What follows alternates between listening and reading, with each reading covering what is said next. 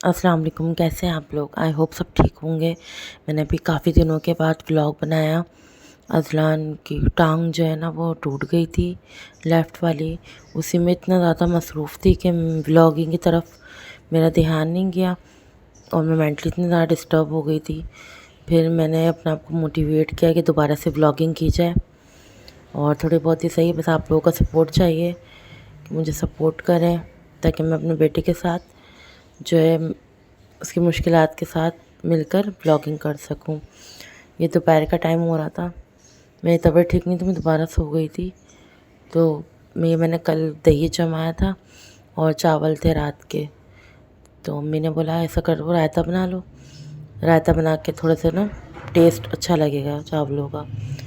फिर मैं यहाँ पर रायता बना रही थी क्योंकि गर्मियाँ इस कदर हैं कि कुछ समझ नहीं आता कि क्या खाएं क्या ना खाएं, इसलिए हम लोग कंफ्यूज रहते हैं। इसलिए लाइट लाइट चीज़ें खाने का दिल करता है, बच्चों का भी हमारा भी।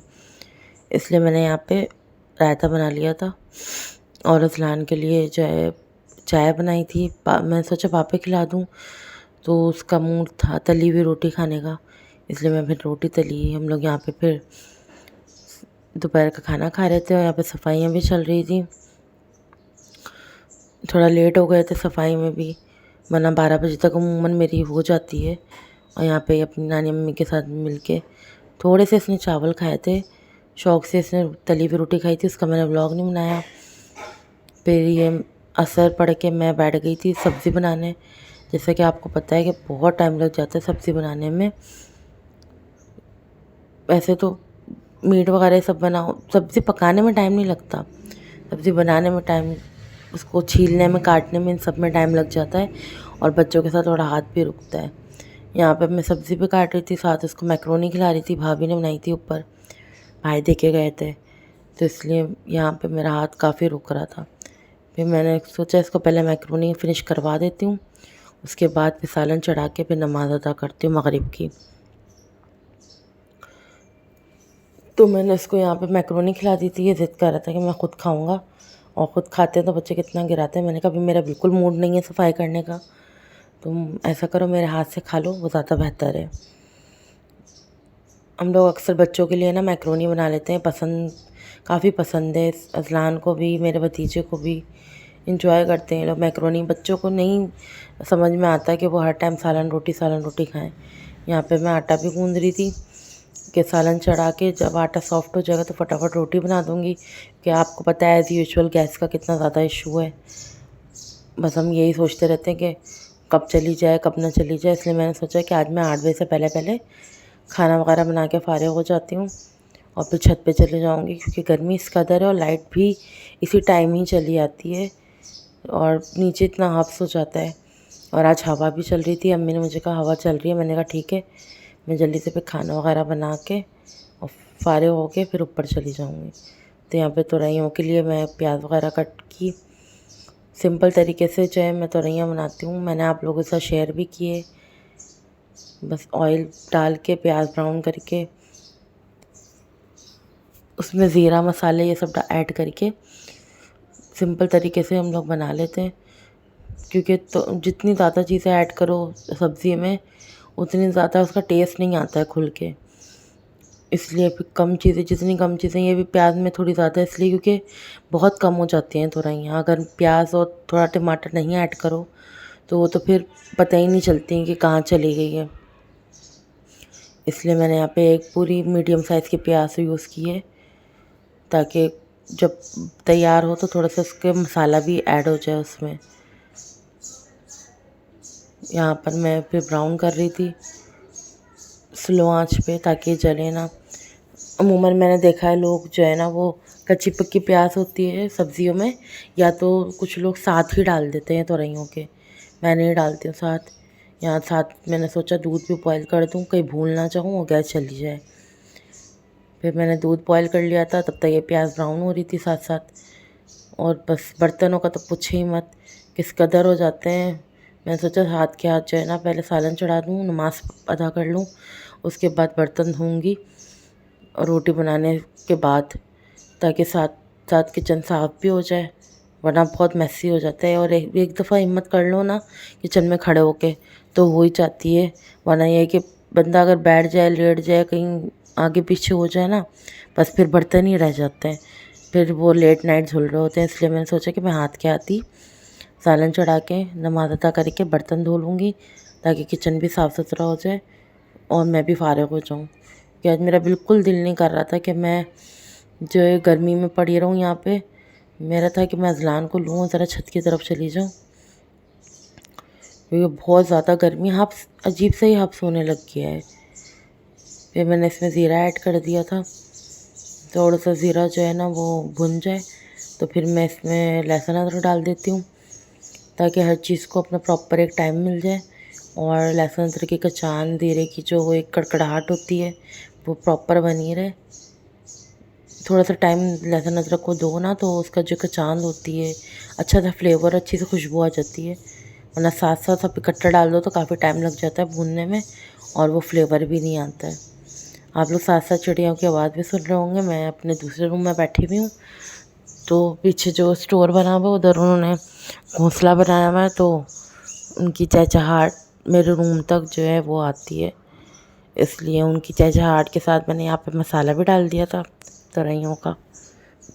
तोरइयों में मैं अक्सर करती हूँ, मैं पूरा प्रॉपर जैसे टमाटर ना गलाती नहीं हूँ, क्योंकि आपको जैसे पता है तोरइयाँ जब जाएंगी इसके अंदर तो वो भी घुटेंगी, तो साथ साथ ये होता है कि टमाटर भी घुट जाते हैं। इतना जो है ना मसाला भूनने की मुझे ज़रूरत नहीं पड़ती है। फिर मैंने यहाँ पे तोरइयाँ डाल दी थी। बिल्कुल स्लो आंच पे मैंने इसको छोड़ दिया था, ताकि ये गलती रहे, पकती रहे। तेज़ आंच पे करेंगे ना तो क्योंकि पानी वगैरह तो होता नहीं है, तोरइयाँ अपना पानी छोड़ती हैं। और यहाँ पे ये साहब भी थोड़े से लो हो गई थी, इनकी बैटरी लग रही थी, मुझे ऐसा हुआ नहीं था। मैंने मगरिब अदा की, उसके बाद मैंने इसके लिए चीनी का पराठा बनाया, क्योंकि मुझे लग रहा था कि ये तोरइयाँ शायद नहीं खाए। इसलिए यहाँ पे मुझे कह रहे थे कि मम्मा गर्म हो रहा है ये। मेरा बेटा ऑटिज़म का पेशेंट है, तो बात वगैरह तो नहीं करता है, बस इशारों में और इसमें ही जो है ना बताता है। तो बस मुझे यही सब देखना था, पूरा दिन मुझे इसी की देखभाल में, चीज़ों में, इन सब में निकल जाता है। बस अल्लाह ताला रहम करें। मेरे बच्चे की मेडिसिन चल रही है, आप लोग दुआ कीजिएगा कि मेरा बेटा नॉर्मल हो जाए, ताकि वो अपनी ज़िंदगी नॉर्मली जी सके। मुझे पता था यहाँ पे बस एक निवाला जाएगा नहीं और पानी की ज़रूरत पड़ जाएगी, इसलिए मैं पहले ही पानी लेने आ गई कि मैं पानी साइड टेबल पे रख लूँ ना। बहुत दफ़ा उठाता है लड़का, बार बार बार बार। इसलिए मैंने साथ ही पानी रख लिया था कि मैं थोड़े से इसको चावल खिला दूँगी, थोड़े से मैं इसको पराठा खिला दूँगी और साथ में भी चावल खा लूँगी। फिर मैंने बहुत सीने में जलन हो रही थी, इसलिए खरबूजा काटा ताकि थोड़ा सा ना लाइट लाइट हो जाए। और यहाँ पे इनका पराठा ही कंटिन्यू चल रहा था। ये कि थोड़ा सा ये कि अपनी दुनिया में खो जाता है, मुझे वापसी इसको लाना पड़ता है कि ये हमारे साथ इन्वॉल्व रहे, हमारे साथ रहे, तो ताकि ये अपने नॉर्मल लाइफ की तरफ आए। वरना ऑटिज़म के पेशेंट जो है वो खो जाते हैं अपनी दुनिया में, आई कांटेक्ट नहीं करते। अब तो अल्लाह का शुक्र है थोड़ा आई कांटेक्ट करने लगा है। फिर मैं छत पे गई थी, फिर छत के बाद जो है नीचे चली गई थी भाभी के लिए, क्योंकि 2 बच्चे हैं उनके छोटे, तो थोड़ी हेल्प हो जाती है, 1 से 2 लोग हो जाएं तो। यहाँ पे ये मैडम जो है ना, मैं वॉक कर रही थी और भाभी ने बोला कि ये मुझे खाना नहीं खाने देगी। मैंने कहा ठीक है, मैं इसको ज़रा वॉकर में डालूँ, इसके साथ खेलते खेलते मैं वॉक भी कर लूँगी। और यहाँ पे ये लोग सब खाना खा रहे थे। मैंने कहा बस अम्मी को मैंने कहा कि आप अज़लान को खाना खिलाएं और मैं छुटकी साहिबा को संभाल लेती हूँ, क्योंकि बच्चे उसी टाइम पर ही तंग करते हैं। ये उसी टाइम पे अपनी मम्मा को बोल रही थी कि मुझे सुलाओ। जब उसके खाने का टाइम हुआ, वो पूरे काम करके फारिग हुई, तो ये बच्चे फिर जो है ना अपनी डिमांड लेके बैठ जाते हैं।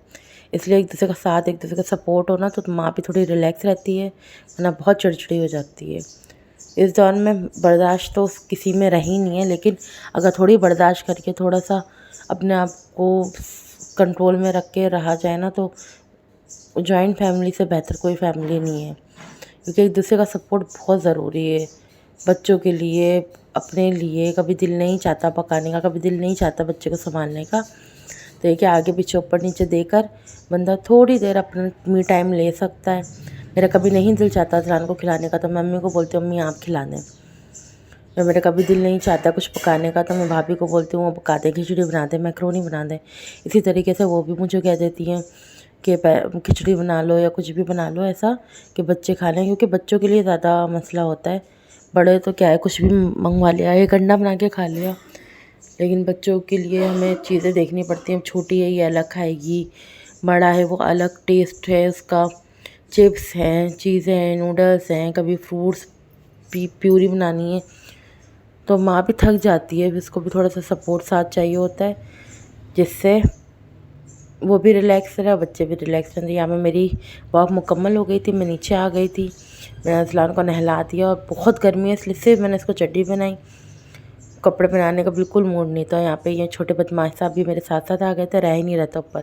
मैंने कहा चलो मैं इसको नीचे लाती हूँ, थोड़ा देर खेलेगा ना, फिर ऊपर भिजवा दूँगी, ताकि सोने का टाइम जो है ना, क्योंकि इतना लेट हो गया था, 1:30 तो ऐसे ही बज गए थे। और यहाँ पे हस्बैंड ऊपर चढ़े हुए थे, बैटरी को देख रहे थे। ये भी एक काम है कि बैटरी को चेक करते रहना, क्योंकि माशाल्लाह से हमारी लाइटें इतनी जाती हैं, अगर ये बैटरी का सपोर्ट नहीं होना तो बस हम लोग गर्मी में ही बैठे रह जाएं। बस यहाँ पे मैं एक हाथ से फिटर धोने की कोशिश कर रही थी, जो कि कामयाब नहीं हुई, क्योंकि एक हाथ से ब्रश तो चलेगा नहीं।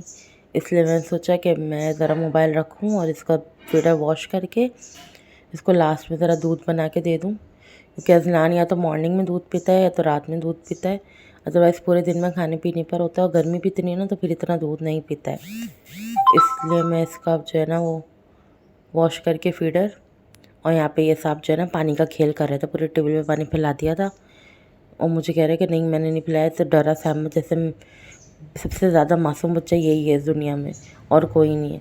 और सारा पानी से रुमाल से साफ़ करके फिर भाग गया चाचू के रूम में। मेरे छोटे वाले भाई का रूम है ना, मेरे ही साथ होता है वो नीचे, तो वहाँ भाग गया। ये दोनों बच्चे फिर यहाँ गए, तो जो घुमाया, मैं यही दिखाने के लिए अपने हस्बैंड को गई कि आप टाइम देखें ज़रा, इन लोग की एनर्जी देखें। लग रहा है कहीं से कि ये 1:30 पौने 2 बज रहे हैं और इन लोग की एनर्जी ऐसी बरकरार है। और यहाँ पे सारे टॉयज़ फैलाए हुए थे। मैंने कहा सुबह समेटूँगी, अभी समेटूँगी ना तो रोना धोना शुरू होगा। फिर मैंने सोचा कि थोड़ा लाइट वगैरह बंद करूँ, तो इनको फील हो कि भाई ये रात हो गई है, दिन नहीं है। तो फिर मैंने लाइटें वगैरह बंद की, ताकि इन लोगों को लगे कि रात हो गई है और इन लोगों को सुलाने जैसा, क्योंकि गर्मी है, लाइटें भी जाती हैं। अभी स्कूलों का गोइंग तो है नहीं, तो ये कि थोड़ा लेट से होते हैं तो थोड़ा लेट उठते हैं, इसलिए इन लोगों की टाइमिंग थोड़ी आउट हुई हुई है। और यहाँ पे अम्मी थोड़ी सी सिलाई करने आई थी, मैं ये रूम हम लोग मिल के समेट रहे थे, तो एक कॉकरोच आ गया। अब वो कॉकरोच आया तो अम्मी ने कहा चलो मैं मार देती हूँ। अब मैं मारने लगी तो ये इतना रोया, इतना रोया ये लड़का, कहता है कॉकरोच को नहीं मारो। उनके इसको कॉकरोच, क्योंकि ऑटिस्टिक पेशेंट्स का कुछ पता नहीं होता है कि इनके माइंड में क्या चल रहा है। इतने हसास होते हैं, इतने इमोशनल होते हैं, इसलिए इनके इमोशंस का, इनके हर चीज़ का ख्याल रखना पड़ता है। अभी ये कहता है कि कोई कीड़ा मकोड़ा, कोई चूहा हो, कुछ भी हो, उसको मारो नहीं, बल्कि उसको रख लो अपने पास संभाल के। इसलिए यहाँ पे जो है ना फुल टाइम बस वो कॉकरोच जो है ना वो मशीन के इर्द गिर्द था, पता नहीं कहाँ छुप गया था। अब ये कहता है कि निकाल के दो, कहीं जो है ना मार तो नहीं दिया। उसको लगा कि अम्मी ने इसको मार दिया कॉकरोच को। फिर हम लोगों ने ढूंढा ढूंढा ढूंढा ढूंढा, कहाँ गया भाई कॉकरोच, मिल जाए तो फिर वो ये फिर यहाँ से निकल के ये भागा कॉकरोच।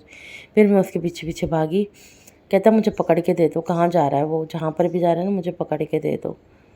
फिर हम लोगों ने कॉकरोच ढूंढा, लाइटें जो ऑन की सारी जगह। मैंने कहा रात के इस पहर हम 2:45 बजे यहाँ पे बैठ के कॉकरोच ढूंढ रहे हैं इसकी ज़िद पर। फिर वो कॉकरोच बेचारा इधर-उधर से निकल के वो फ्रिज के पास पहुंचा। अम्मी ने रैपर से पकड़ा उसको, तो ज़ाहिर सी बात है जब पकड़ा तो बेचारा वो अधमरा सा हो गया। फिर अधमरा सा हुआ तो यहाँ उसकी डेड बॉडी रखी हुई थी, समझो वो ज़िंदा ही था थोड़ा बहुत। फिर उसके बाबा ने इसको थोड़ा सा डराया, इसको थोड़ा सा बताया, समझाया कि बेटा नहीं, इसकी गंदी चीज़ होती है, इसको नहीं पकड़ते, इसको ना घर से बाहर निकाल देते हैं ऐसे झाड़ू में लेकर, ताकि अगर हमारे पीछे कहीं पकड़ेगी ना, उसको अपने साथ ना सुला दे या अपने साथ खेलने में लगा दे। बस इसी पकड़म पकड़ाई के बाद फिर मैंने कहा नमाज़ अदा कर लूँ, क्योंकि मैंने बहुत वितर रह गए थे मेरे। और मैंने कहा सोचा कि सवा